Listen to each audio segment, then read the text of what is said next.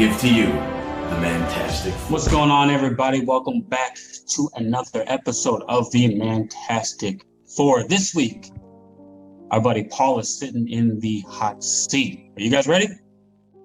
Yes. Yeah, let's do it. Mm-hmm. All right, cool. Chuck, why don't you kick this party off, man? What's your question for Paul? All right, Paul, I know a little bit about your background, and I found you incredibly helpful. I understand you were in the Navy. Thank you for serving. Best Navy story. Best Navy story. Best Navy story. I don't care if it's drunken hookers, war story. Just need a good Navy story.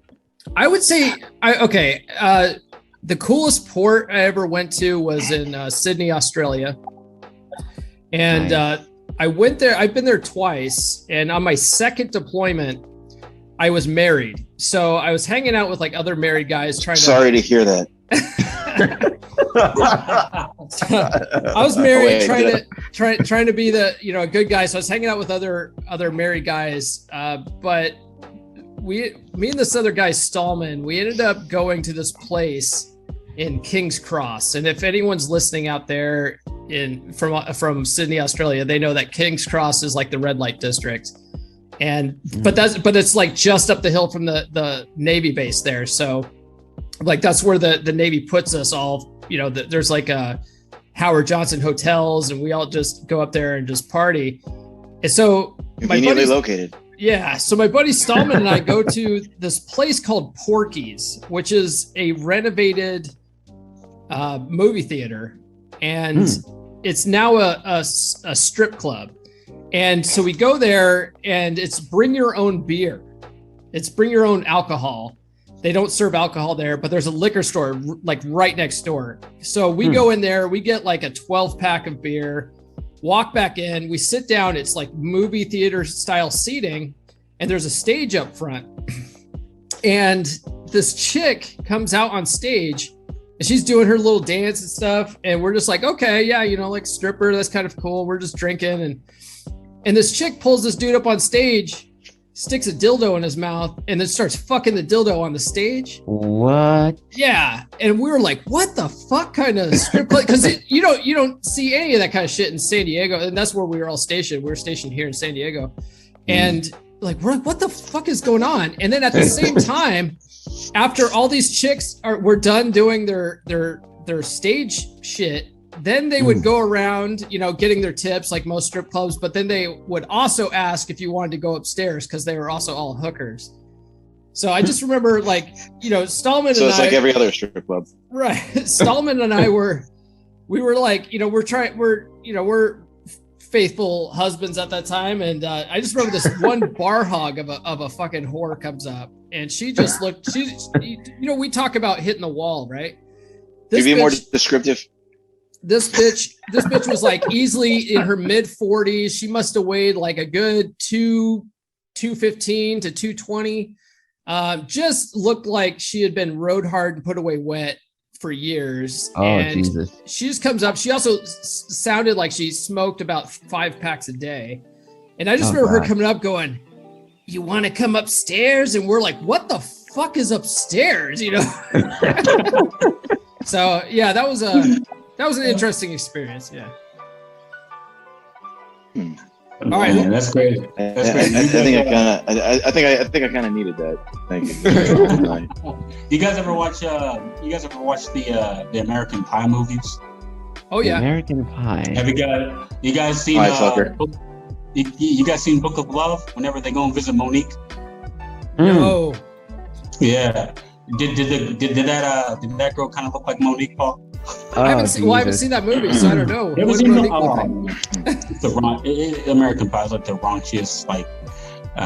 Well, I've seen the original American Pie with like Stifler and stuff, but. Yeah, there's a bunch. There's a bunch of them. There's a bunch of them. Back when TV was like a big thing. Yeah, that's great. That's great. But your story, Paul, kind of reminded me of that scene from American Pie, Book of Love, whenever they go and visit Monique, and this girl's just like 1,000 years old, and she ends up giving this dude a blowjob, and she ends up dying.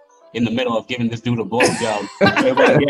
Yeah. And while they're trying to pull her off of him, her teeth. No, her teeth didn't fall out. She took her teeth out and put it. Like she was just like. Yeah. That's a good description of this chick. Yeah, for sure. Except for she was Australian, So. Oh God. All right. Did he get a gummer? Did he get a gummer, Paul? No. Oh God. What about an Australian kiss? I did that kind of shit on my first deployment when I wasn't married, but it's like a French kiss, but down under. Classic. Okay, I will go next. Paul, I want to know, what did you learn from your divorce? Ooh, I learned a lot of stuff from my divorce. One, it's interesting. Like I say a lot that I could get married again, but after that, like I learned that nothing's sacred, right? Like once a chick is done and she wants out, I don't care how much she loved you in the beginning, like the knives come out, right? Like it is now it's a like a tactical struggle, and there like a lot of it's not all women do this, but a lot of women do this shit. And guys do it too. I've seen it from women that I've dated where their husbands are trying to like stick it to them. But for whatever reason, when like shit goes south, people tend to want to fuck each other over so bad, And like I wouldn't say like my ex-wife was always trying to fuck me over, but she definitely is always trying to get shit that she doesn't deserve, So yeah, I mean, like I like Chuck and we talk about it a lot. Chuck, often says that like they don't work, but I would never get married again without some kind of prenup or some kind of protection. Chuck said multiple times like his prenup didn't stand up in court, and a lot of them get thrown out and stuff like that. But still, like I wouldn't even entertain the idea of marriage without bringing that up to a woman, at least as a shit test, right? Because if I tell her like, look, I'm not doing this without a prenup, and she's like, well, gets all pissy about it, we're done right there. Because if you're not even willing to fucking do that, that tells me all I need to know. Oh yeah. So yeah, that's probably the biggest thing I've learned. Wow, man, that's crazy. Black Spider Guy, what is your question for Paul? Cool. So Paul, when you do your podcast, I've always noticed you've got these two belts in the background. I used to watch WWE a lot as a kid. I just want to know, do those belts mean anything? Like, do you watch WWE a lot? Your favorite character? Like why are they in the background? Yeah, so I don't have them this week because, like I said, I'm traveling. So I've got like my traveling setup here. But yeah, at my office, at my house, I have on this side, if you ever watch my stuff, it's an AEW championship belt for All Elite Wrestling. They're a new promotion if you're not familiar with wrestling. They got started 2 years ago by a group of independent wrestlers. And it's actually a fascinating story if you're into wrestling at all. But so this guy, Cody Rhodes, he wrestled in WWE. Cody Rhodes. Yeah, Cody Rhodes wrestled in WWE for years. His dad is Dusty Rhodes, the American Dream, if you will. And so Cody was wrestling in WWE, but he was always a mid-card wrestler, right? Like he never did anything like that special. And a lot of that was just, Vince McMahon runs the show and sort of has his favorites, right? So Cody, a couple of years ago, decided he wanted to get out of WWE and go and experience like the wrestling circuit, the independent wrestling circuit, because he was his dad's son, Dusty Rhodes. He basically had it made. Like he just had to say, I want to be in wrestling, and he immediately had a place at WWE. Oh yeah, because he was a second generation wrestler. And but so he never had that struggle, that experience to go out and wrestle the indies. And he wanted that experience. His dad wrestled in the old what's it called, territory days. So, which is basically like the modern day independent circuit. And so he wanted that experience. So he went out and did that. He wrestled in Japan. He wrestled for Impact Wrestling. He wrestled for Ring of Honor, ended up in Ring of Honor, made friends with these guys called the Young Bucks.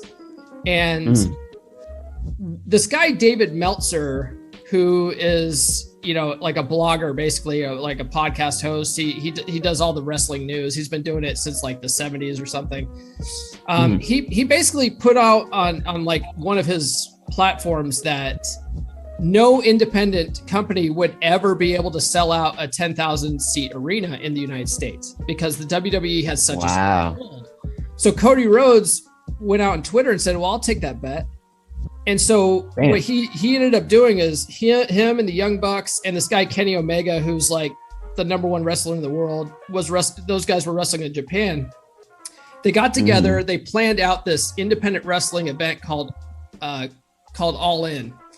And that happened in 2018, I think. And when that happened, they got all these different like independent wrestlers together and they sold out an arena in Chicago that had 11,000 seats. They sold out in 3 minutes. Wow. And they had that. So it was the biggest independent wrestling show ever on American soil. And Tony Khan, the son of the owner of the Jacksonville Jaguars, saw that and was like, holy shit, these guys have something here. And he was always a big wrestling fan. So he went and approached them and said, I want to start a new promotion to basically compete with WWE. And so that's how like AEW started. So I was already following those guys. I like WWE, but WWE is so fucking cheesy. I can't get past their storylines. So when this promotion soap opera for men. It's soap opera for men. But I couldn't get past their storylines, so I was always looking for something better to watch. And when these guys came along, I was like, this is it. Like this is my jam. WWE kind of died after 2011. I'm sorry.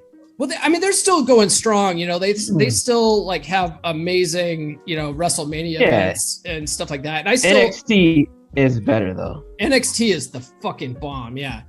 But when WWE put NXT up against AEW in the Wednesday Night Wars, AEW crushed them.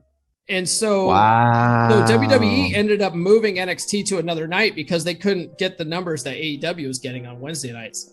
Wow. So a lot of people don't realize that. So anyway, so that belt is AEW. That's why I like them. And then the belt on this side is a replica of the NWA World Championship belt. And that was basically a throwback to like the old 80s wrestling with like Ric Flair and Hulk stuff Hogan, like that. Sting. Well, those guys went into WCW, but they were never really like, you know, NWA guys. Well, Sting maybe, but not Hogan. Hogan was always a WWF kind of guy. He was always he was in AWA wrestling way back in the day, and then went to WWE, but he was never really an NWA guy. Greetings. Okay, so that's the story of the belts. What's up, man? Dude, my cousins. I used to live in Chicago. My cousins, they were huge wrestler fans, man. They like The Undertaker. They like John Cena and stuff like that. And anytime I come over, they'd always try to like, I don't know, put me in like chokeholds and do like wrestling moves. Man, they used to whoop my ass so bad. Chicago's a huge wrestling town, which is why Cody Rhodes put that independent show out in Chicago, because they knew that it would do big numbers there. And there's a website, prowrestlingtees.com, which all the independent wrestlers sell their merchandise through them. And AEW sells their merchandise through them too. They're based in the Chicago area because it's such a big wrestling town. Wow. Right. I like the RKO. Yeah, out of nowhere. All right, Chuck, you're next. What is your question for Paul? So here's my question for you, Paul, right? We know what you learned from your divorce, which was quite a bit. What made you actually decide to get married? Oh, that's a great question. I was fucking dumb. And drunk. No. So, I mean, I was always the kid. I was always raised like in a very blue pill manner. I always wanted the white picket fence, the wife with 2.5 children and a dog, and I thought like that was the ultimate dream, right? And so when I got in the military, I was out on my own finally, and I met my wife when I went home on leave, and she was at that time just a complete fucking knockout. Like, she was hot, and we had this long distance relationship for a while, and I convinced her to move to San Diego with me. And so she was the first person I ever like lived with, when I moved down to my parents' house, I lived on a ship with 500 other sailors. And then, so she was like the first person I actually like lived on my own with. And it was just like, it was just being young and stupid and having these ideals of. How old were you? When I got married, I got married when I was 20. I got married when I was 20. Yeah. 20? Oh, Jesus. Yeah. Right. And the funny thing is too, you see a lot of guys in the military get married young, and a lot of it too is because they get benefits. Like the military will pay you. They call it good BAH. Yeah, they call it BAH. It's bachelor's housing allowance, basically. Oh yeah. And you get a bump in pay. It's like an incentive to get married. If you're married. Right. And so you don't get that unless you become an E5. So you have to be promoted up in the ranks before you can get that, or you can skip to the front of the line by getting married. So a lot of young sailors get married like idiots and do that. And then at the same time too, I was getting ready to go on deployment.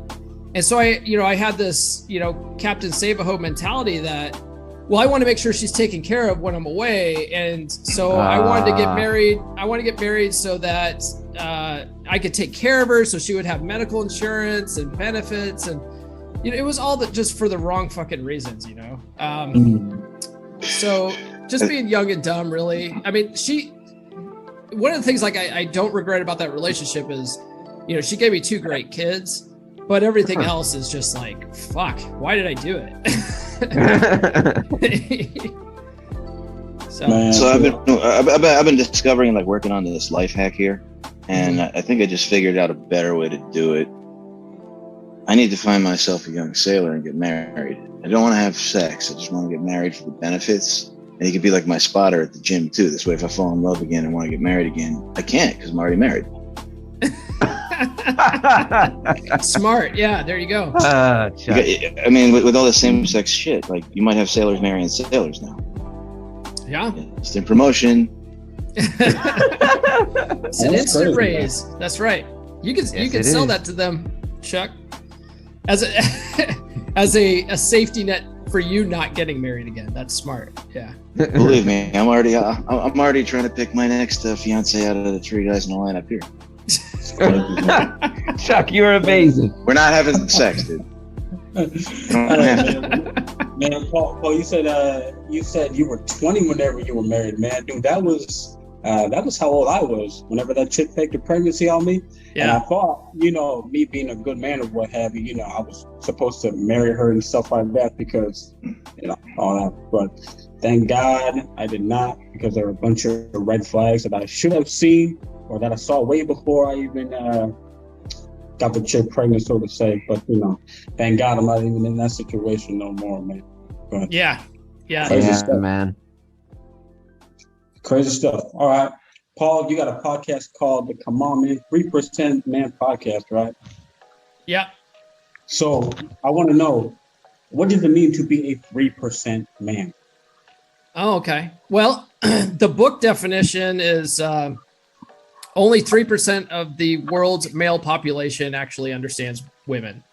And that loosely comes from the book How to Be a 3% Man by Corey Wayne, but he got that from a guy named Doc Love. Doc Love was a radio show host, and Doc actually has his own book, like audiobook you can get. It's called The System.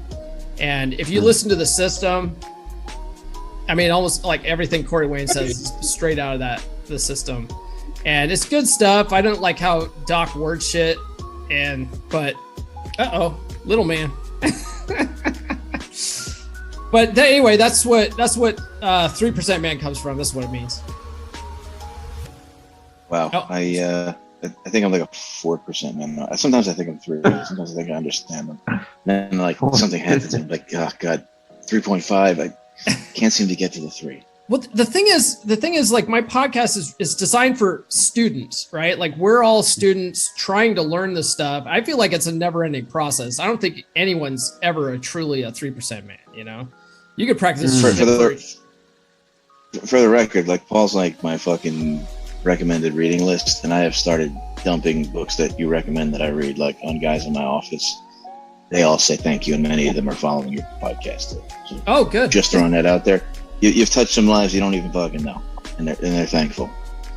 Yeah, you know, that's an interesting thing you bring up. I just tonight earlier before we recorded this podcast, I recorded a podcast with a guy on TikTok. He goes by JB Motivation, and he was saying like he started getting into his motivational podcast stuff because he put out one video. He was originally doing like thirst trap shit because he's a bodybuilder. And he was originally doing like thirst trap shit, but he put out one video one day on how men need to be able to express their feelings and stuff like that. They need to have a way to, or people to talk to, and I guess it's bullshit. We're fine. But anyway, it blew up, and he was like, "Holy shit," you know. And then somehow his account ended up getting banned. Fucking TikTok.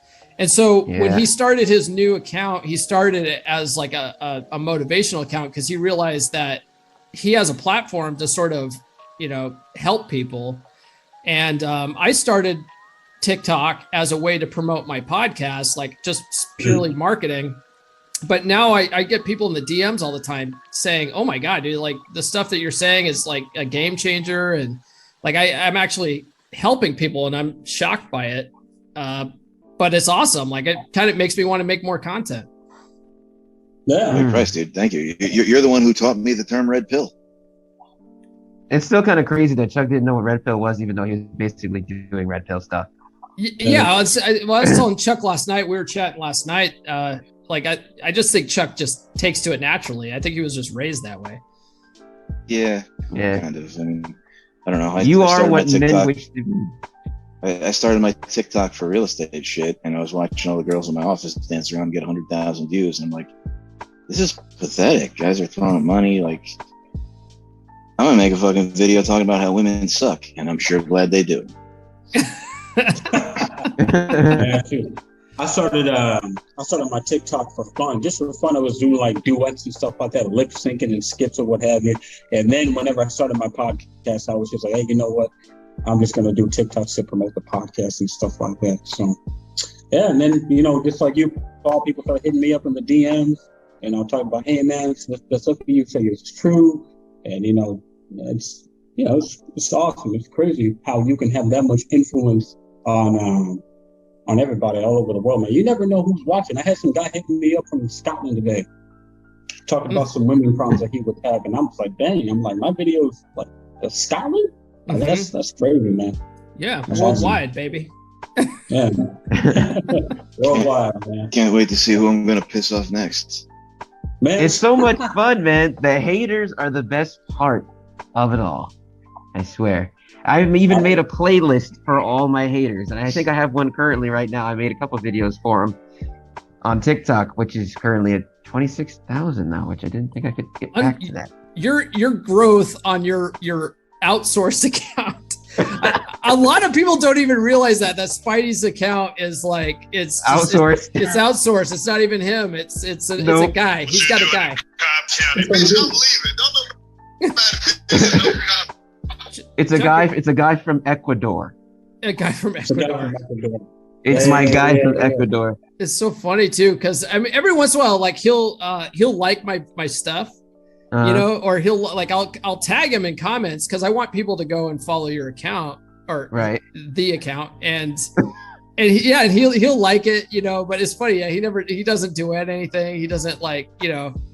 Well, I prefer it that way. Honestly, what he does is he sends me all of the ats that people refer to, like all the videos people like tag me in. Yeah, he'll send me the links and I'll edit those links and make videos. Perfect. And then I send him the videos, he uploads them.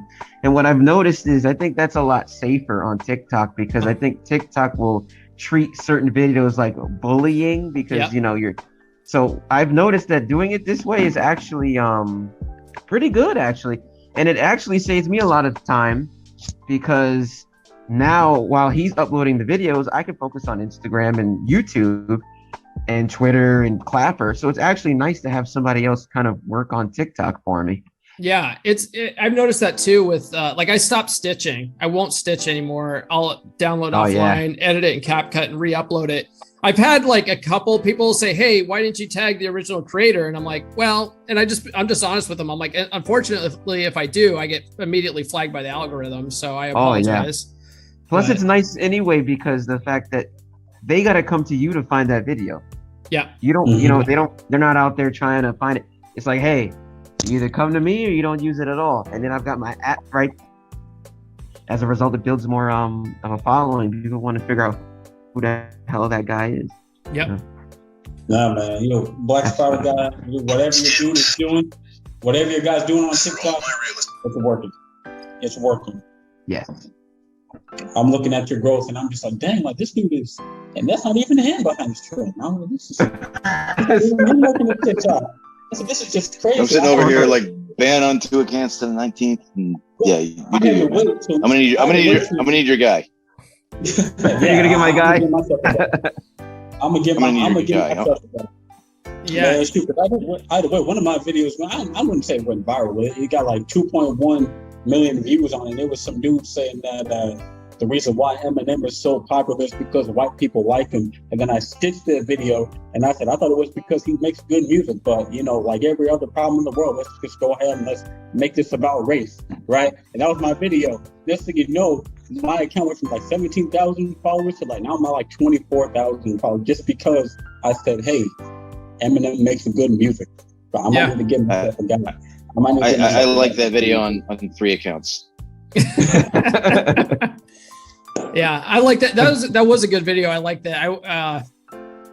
I almost wanted to like stitch it or whatever, but I try to stay away from like politics and stuff as much as possible. Although my COVID video yesterday, I just completely was like, this is bullshit. I gotta say something.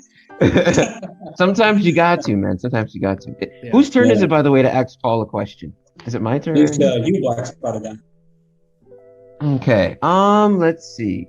I had a couple of questions, but I kind of got lost here.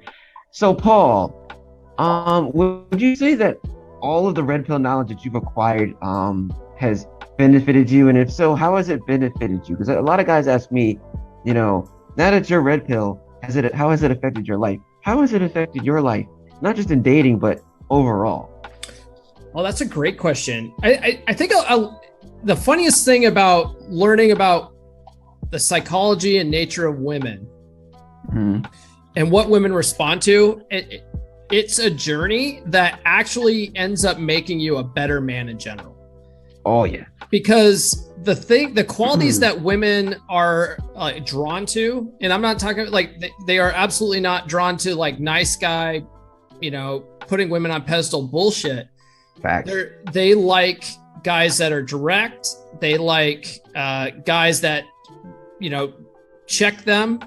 They like, guys that don't put up with their bullshit, and absolutely guys that don't put them on pedestals and actually sort of treat them like human beings. And but when you start doing that, right, you start learning how to be decisive. You start learning how to be assertive a little bit. Those qualities help you in all areas of life. And I've noticed that since I started learning this stuff and practicing this stuff like on the dating circuit, I find myself in my day-to-day life doing that like in business meetings and stuff like that. Like people, start being wishy-washy. They can't make a decision. I'm just like, boom, hey, let's cut the shit. Let's do it this way. And I'll just make a decision on the spot. I was never that guy. And I've turned into that guy, and I find it's helped me tremendously in my day-to-day life. It gets shit done in the office that otherwise wouldn't get done. It would get put off because there's a lot of people that aren't assertive and they can't make fucking decisions. So you would say that it's made you a better leader in all aspects. It's happened to me as well, especially at work. Like I just want to get things done, go straight to the point. So you would say that it's made you overall just a stronger man. Yeah, definitely. Yeah, it's really good. What's that, Chuck? I was gonna say important decisions you got to make, or unimportant decisions you got to make quickly. Important decisions you got to make even quicker, and you will become more successful just sheerly based on the amount of decisions you make over the course of a day. The more fucking decisions you make, the more money you make. Worth like a fraction of the information. I don't know, just something to kind of live by.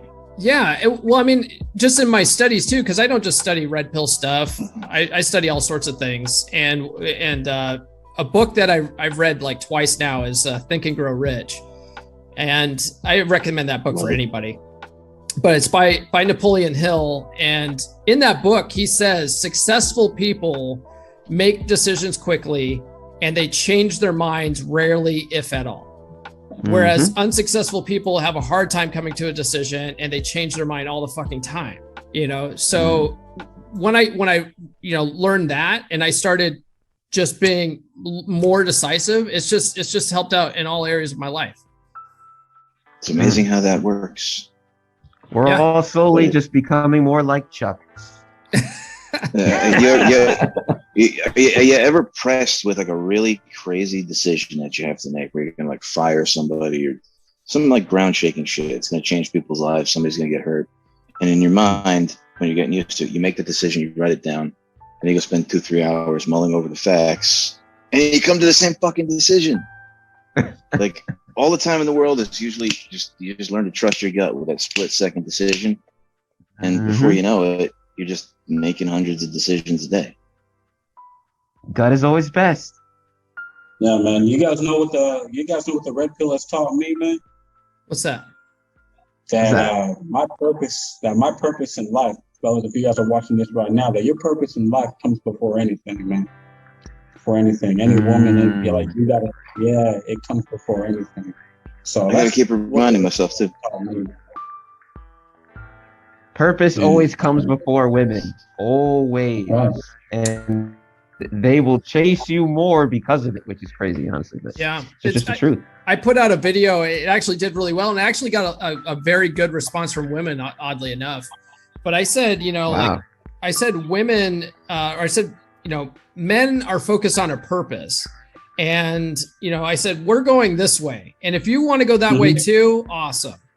But if I want to go this way and you want to go this way, then deuces, because, I'm on my purpose. And these women are like, yeah, 100%. And that's where a lot of those weak men are, man. Honestly, all of us, we're looking forward. We're moving on the train. We're trying to aim at the target. But a lot of these simps, they're on the train and they get off the train, and they're on the train and get off of it. And by the time they figure out what city they want to get to, they've wasted a day when we're already there.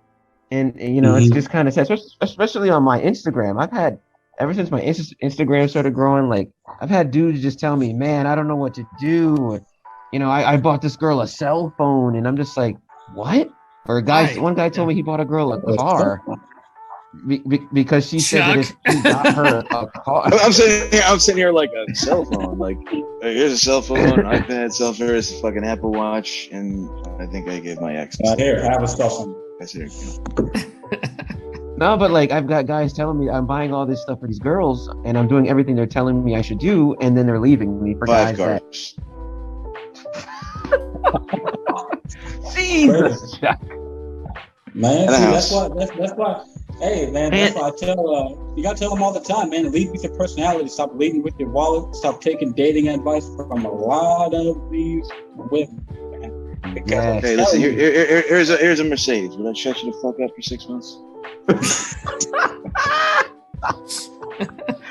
No, because then they just come back for another fucking car, or they come back. I still got 2 months on that Benz. Shut the fuck up.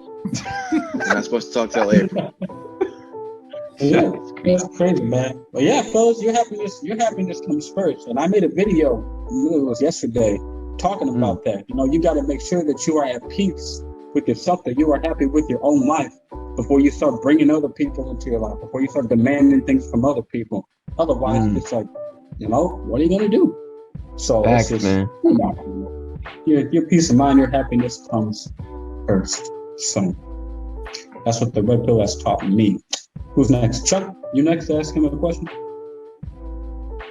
Is it my turn? Am I up? Yes. Yes. All right, Paul. You got the podcast, you got the TikTok following, you got everything. Big picture. Where's this going? Like a year down the road, 5 years, 10 years? Project into the future. Show me the future of Paul Bauer. Where are we going? We're going to Take us for a ride. Personally, I could use some medication. I really enjoyed your hiking pictures. I can't believe I have friends that have been to the same spots in the middle of fucking nowhere like you. May have to fly out there for that shit, but Well, where's it going? I live in the middle of nowhere, so it's easy to get to those places. I eventually want to do the podcast full time. I have a goal board in my office that I review every day. I have certain numbers I want to hit. I have certain numbers I want to hit by year's end. I have certain numbers I want to hit within 5 years. But I eventually want to be able to retire from my day job, which is I work in information technology. I want to. You had me at goal board. I just wanted to say it. I love you. You keep going. Well, I learned that stuff from Napoleon Hill, man. Shit. So I have a goal board. I have a goal card that I keep in my pocket. I review it like every day, just so it's in the forefront of my mind. These numbers that I want to hit, certain people I want to have on the podcast, and eventually it's going to be my full-time job. You ever just turn you ever turn the background of your phone into like your goals? Actually, if you want to see the back of my phone or what's on my phone right now, I have the Dave Ramsey's baby steps on there. But same idea, so it's always on the forefront of my mind. That's just all, man. It's always nice to have a goal. I should get myself a goal board. Man, should get my life in order. It's amazing. You just got to brainwash yourself into doing it. That's what's up. And you also gotta set aside time aside, like in the morning and the evening and stuff like that, to just sit there and look at it and imagining what like the feeling you're gonna have when you have it. It's all law of attraction shit, but it works. Like it's amazing how your subconscious mind, once it's programmed that this stuff's going to happen, your subconscious mind just steers you in the right direction, causes you to meet cool guys to make podcasts with, and they all just sort of like pop up in your life, and you're like, all you have to do is say yes, You want a funny goal board story? Yeah. So I had a goal board in my office. I got a little office next to my house where I am now, and I had a picture of this mansion, like the biggest fucking mansion like in the town, the only mansion in the town I grew up, called like the Blauvelt Mansion. It's on the cover of this like binder that I had. I worked at a law office across the street. I took a picture of it. I hung it up. I stared at it with the words "Future Office" underneath it for 2 years at least. Never did it. Then I finally got up. I tore the picture off the wall, flipped it over. I wrote, "I want to buy your mansion. Call me." Stuck it in the mail, mailed it to the guy, and he fucking called me. Under contract, didn't end up buying it. Thing's freaking crazy. It looks like Scrooge McDuck's house. Wow. But still, it was fucking nuts. Total ego move, like this big $3 million house. I nailed one of his nieces too. She was kind of cute. If you guys have ever seen the movie The Secret, one of the guys in the movie talks about goal boards, and that's basically his example of it. And he's sitting there. His son comes in the room. They had just moved into this mansion, and his son's sitting on one of his boxes. One of the moving boxes is kicking the boxes, and he asks his dad, "Hey, what's in the box?" And his dad goes, "Oh, it's my goal boards." His son's like, "What's a goal board?" And he's like, "Well, let me show you." So he opens the box, pulls out the goal board, and there's a picture of the house that they just moved in on the goal board that he had made like 5 years ago. Yeah, it works. This stuff works. It's amazing. I'm sitting in one of those right now. Wow. Yeah, it's some wild brainwashing stuff. It reminds me I gotta make another goal board. Thanks, Paul. Yeah, you're welcome. I need to make one of those. It's weird. It's weird. Like, people watch the movie The Secret and they think it's some kind of like hocus pocus mumbo jumbo. It's not. There's science behind it. It's all about like law of vibration and all that kind of shit. But like, there's actually legit science behind it. It's pretty fascinating stuff. I mean, every day I just wake up and I say I want to be yeah. wealthy. So I don't know. What was that? I say every day I wake up, I just say I want to be wealthy, and I'm consistent with everything that I post and all my videos and working out. And I just tell myself, if I just stay consistent, if I keep grinding, and every day I wake up and I'm just like, why are we doing this? Well, we're doing this because we want to be financially free, but we also want to change the world. So that's why every day people tell me, like, I don't get paid for any of this, and I just do it because I know one day, hopefully I will, well, not hopefully, Chuck hates that word hope, I will and get that bread, because this is something that I'm passionate about. So like every day I'm just grinding, I'm working, and I'm just telling myself every day, one day I'm gonna get out of here and I'm just going to become the best man I can be. But like you said, you got to just focus and just hammer it in. And I don't have a goal board, but I guess I got a goal board in my head. I don't know. One thing I would add to that is, instead of saying I will be wealthy or I want to be wealthy, you should change it to I am wealthy, like the present tense. Yeah, wake up, I am wealthy. It's different, because if you're telling the universe that you don't have it yet, if you say it like in the future tense, so it's all semantics. Gotcha. Hopefully we're not in some giant simulation though, and we're just asking our whoever's playing the game to give us some items here to make us better. I don't know. I think one of my physicist friends was telling me that everything in the universe is mathematical, and so that we might all just be living in a simulated universe. And the people that ask, like what you're talking about, we're probably just sending signals to the players that are controlling us, and they're like, okay, this character wants to, or we're like, when you're playing Sims and the Sims character is like, oh, I found something, can we do this? Yep. And then they go, okay. They said that us manifesting that is like us creating the question for the other person that's playing our character to hit yes. And that's how that starts. Basically, yeah.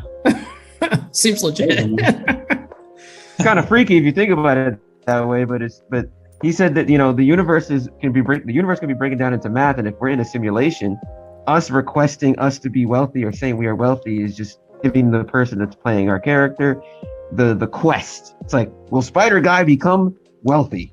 Yes. Will Paul become a podcaster? Paul's requesting to become a podcaster. Okay. Yes. And then the quest opens up and then it begins. So it's something to that. Hopefully I'm not in a simulation, but there you go. I don't know. Set goals and achievement, people. Set goals and achievement. My question for Paul. Paul, as you know, according to TikTok, it is stepdaddy season. You guys heard of that? Stepdaddy season. It's a time where single mothers are crying out for help. Yeah, a time when single mothers are crying out for help, and men from all over the world are willing to step up and take care of another man's seed. Paul, what are your thoughts on men that step up and take care of another man's seed? Would you, I don't know, what are your thoughts on that? Would you tell men to be a stepdad or not? No. Here's the thing. Like, I put out a lot of videos. I'm actually I like single moms. I absolutely think single moms are great. I think single moms really, the only people that should be dating single moms though are single fathers though. You know what I mean? I feel like if you don't have any kids yourself, you have no business taking care of another man's kids. That's their dad's job, Very true. And if he's not in the picture, 9 times out of 10, it's because she won't let him be in the fucking picture. I don't care what anyone says. That being said, since I do find myself dating single moms a lot, one thing that I'm very clear about with them is that I will not parent their kids. And at the same time, I also don't want them parenting my kids, because my kids have a mom. I don't like her that much, but the kids love her. So, but they have a mom, right? So I don't need a woman coming in and helping me parent my kids. And I expect that their, ex-husband, their baby daddy, whatever, is taking care of their kids. It's not my job. So You lay down standards. Yeah, and I feel like you can have a healthy relationship with a single mom as long as you do that. And if a woman comes in expecting me to be like her kid's father, I'm just gonna be straight up with her. What's Chuck got there? He says I support single moms. Yeah. Yeah. So anyway, yeah. I mean that's my philosophy on that. I don't think guys should be taking care of other men's children at all. Yeah. Yeah. And going back to what you said about trying to parent her kids or what have you. Can you imagine that? Trying to parent her child. Child looks at you and says, "You're not my dad. Who do you think you are? You ain't my dad." Right? It's been crazy, man. You don't run into that problem at all if you're not parenting from the get-go. So like my last long-term relationship I had, it was after my divorce. And I talk about her a lot on the podcast. She had 3 kids, and so I go and stay with her for like a week at a time and stuff like that. But I would not parent her kids. So like her kids and I got along great because I wasn't there telling them what to do. I would like if I saw them messing up, I wouldn't correct them or anything like that. I would just tell their mom about it. I'd be like, "Hey, your kids are doing this shit." Nice. I would let her deal with it. They're about to jump off the cliff. Oh, I got a story. You guys want to hear a story one time? Sure. So one day I'm sitting there because I would go down and work I work from home. So I'd go down and work from her house like for a week at a time. And one day it was like early in the morning, it was before my shift started. And so I'm sitting out, I was sitting out on the back patio, and what was the deal? Like, I think I can't remember what it was. I think I heard something or whatever. So I went out and I sat in the back patio, and I was just waiting to see what was going to happen with like her daughter's window. And sure enough, her daughter's like climbing out of the window. She's supposed to be at school. And this is what happened. I went out to the front yard to go do something, and I see some kid like running and hiding. And I was like, what the fuck is that? And so I walk down the sidewalk and look over, and it's her boyfriend in his fucking underwear hiding behind the fence and shit. And I was like, I just stood there and stared at him for a minute. He's in his fucking boxers. And I go, "Hey, good morning." And then I just turned around and like walked back in the house. And then I walked into the backyard to see like what her daughter was going to do. And her daughter was trying to climb out the window too. And I was like, "Hey, good morning." And she sees me, and she just realized like, oh shit.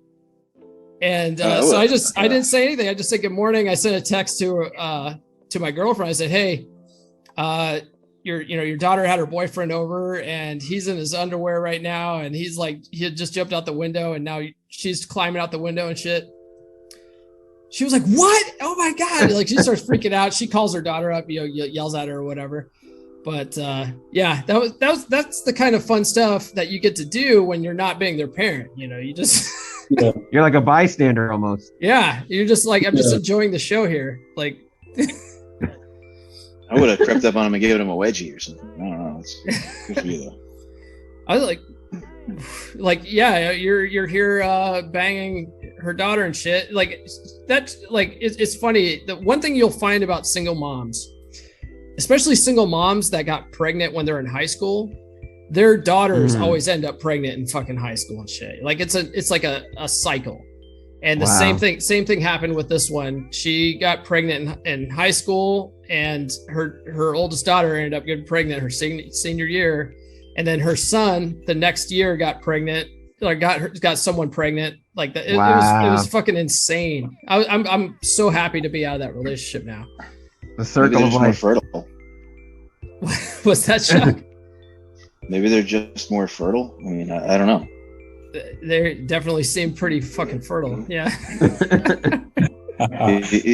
you and I have very different single mom dating experiences. I can give you guys a couple of experiences I've had with the single. I'll give you guys. Well, here's one that I numerous times I'll be over at her house, and her kids would just be jumping on the couch right next to me, making all this damn noise. I'm sitting there. I'm not going to say nothing because, I'm not your dad, but I'm sitting there and I have this space while they're just jumping on the couch, And she comes out of her room. I'm like, you wanna handle that? And it's just crazy, man. I think it's funny whenever the kids walk up to you and start asking you questions too. I had one kid come up to me and be like, "Are you my mom's boyfriend?" For the next 2 hours, yeah. for the next 2 hours, it's a bit crazy, man. Crazy. All right, Black Spider Guy advice. What is your question for Paul? So Paul, when I watch your videos on Clapper and sometimes on YouTube, I see you running through like these awesome places, and I'm like, it's almost as if you're in the middle of nowhere. Like where are you running, man? Like, are you running up like a special hill? Like, I don't know what it is. It's beautiful out there. Well, so a lot of those videos are because I'm training for specific races. So back in like June, I ran a race called the Grand Mesa Ultra, which is a trail race on the Grand Mesa in Colorado. And the Grand Mesa is a big national forest area.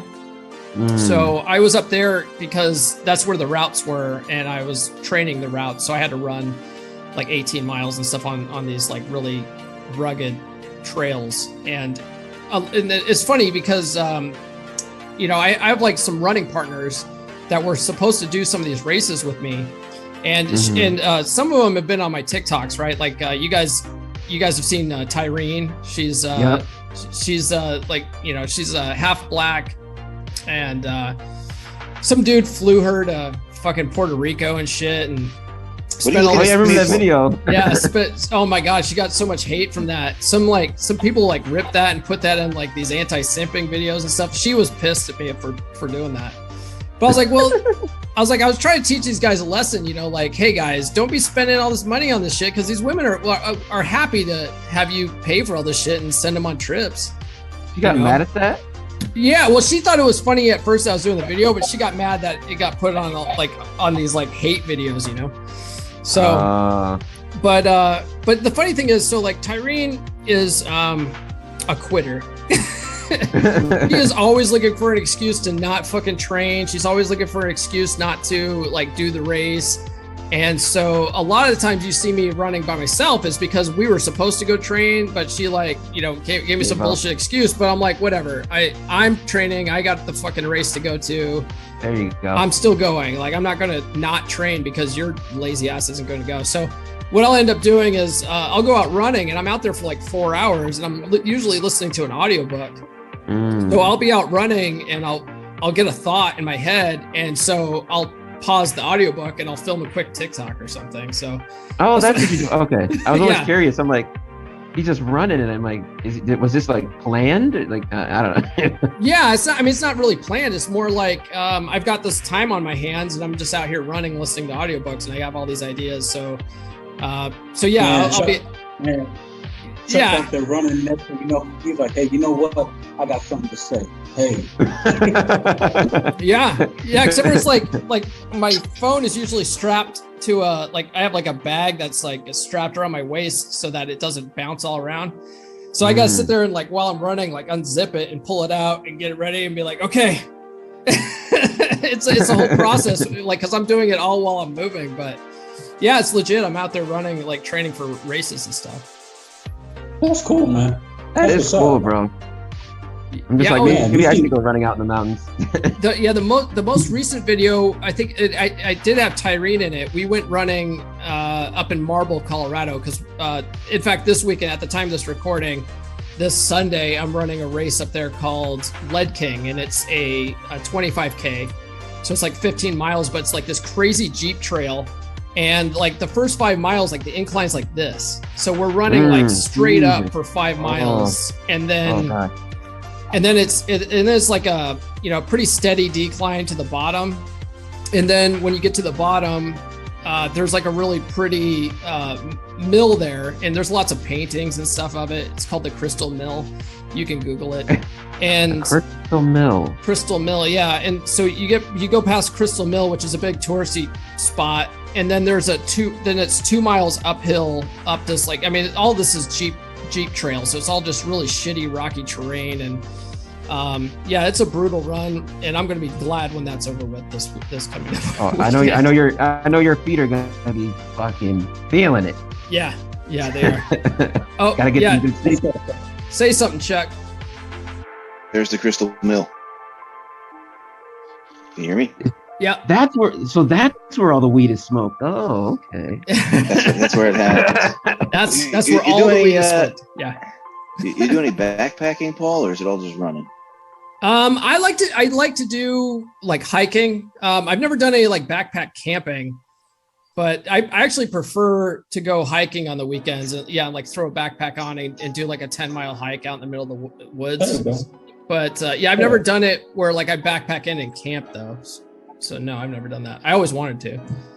When you're ready, I got all the gear. Oh, nice. I can do it. Bring some hookers and blow. And some people in Colorado that'll set the whole thing up for us. So cool. Yeah, nice. I'm down. Yeah, for sure. For those of you guys watching right now, in case if you guys haven't been paying attention, make sure that you guys get exercise. Very important that you guys stay in shape. Go for a hike, Facts. go for a jog, go to the gym, work out. You guys don't have to be buff, but just be in shape. You know what I mean? Facts, bro. Be better looking than the next guy. You know? have to. You're competing. Yes, absolutely. We gotta compete. Us men, we have to compete, man. It is. That's what we're born to do, man. I'm just tired of watching fat rich guys die.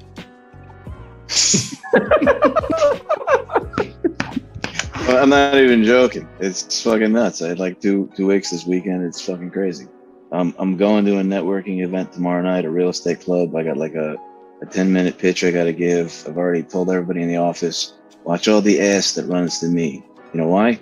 Because I got just as much money as everybody else. When I look down, I can see my dick.